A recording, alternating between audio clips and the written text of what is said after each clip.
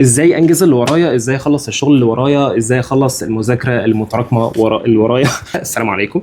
خلاص. طيب اول حاجه بقى لازم تكون انت عندك درايه بكل المشاكل اللي مسببه لك تعفن الدماغ، الاسترس. قوم جايب كده، تقعد بقى تخلص الاسترس ده اللي وراك، بس ما تروحش للريلز يعني.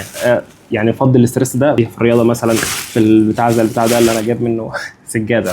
النقطه الثانيه، لو انت عندك مشكله في النوم لازم تنام، لازم تنام. النوم مهم جدا جدا جدا جدا. النقطه الثالثه هي لازم يكون عندي بلان، لازم يكون عندي ويكلي بلانر، التخطيط الاسبوعي. التخطيط الاسبوعي ده اهم حاجه واحسن حاجه في الدنيا، ومن خلاله هتقدر تنجز كتير. هات لك كده ورقه واكتب فيها ايه اللي وراك خلال الاسبوع ده.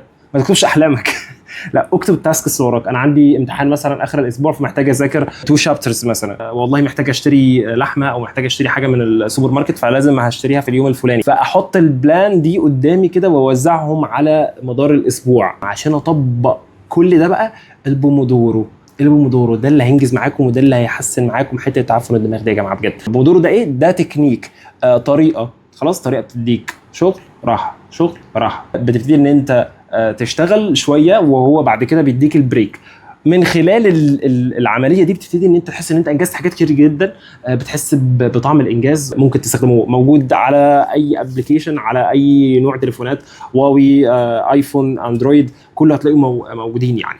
وبرده موجود في صوره فيزيكال، ممكن تشتروه مثلا من امازون او حاجه. حليتوا مشاكل او منعتوا المشاكل اللي هي بتسبب لكم تعفن الدماغ، او ابتدينا ان احنا نشتغل على الويكلي بلانر، او ابتدينا نشتغل بالبومودورو، بجزء كبير هتحل مشكله تعفن الدماغ اللي عندك، وهتنجز وهتحل في الامتحان وهتخلص الشغل اللي وراك.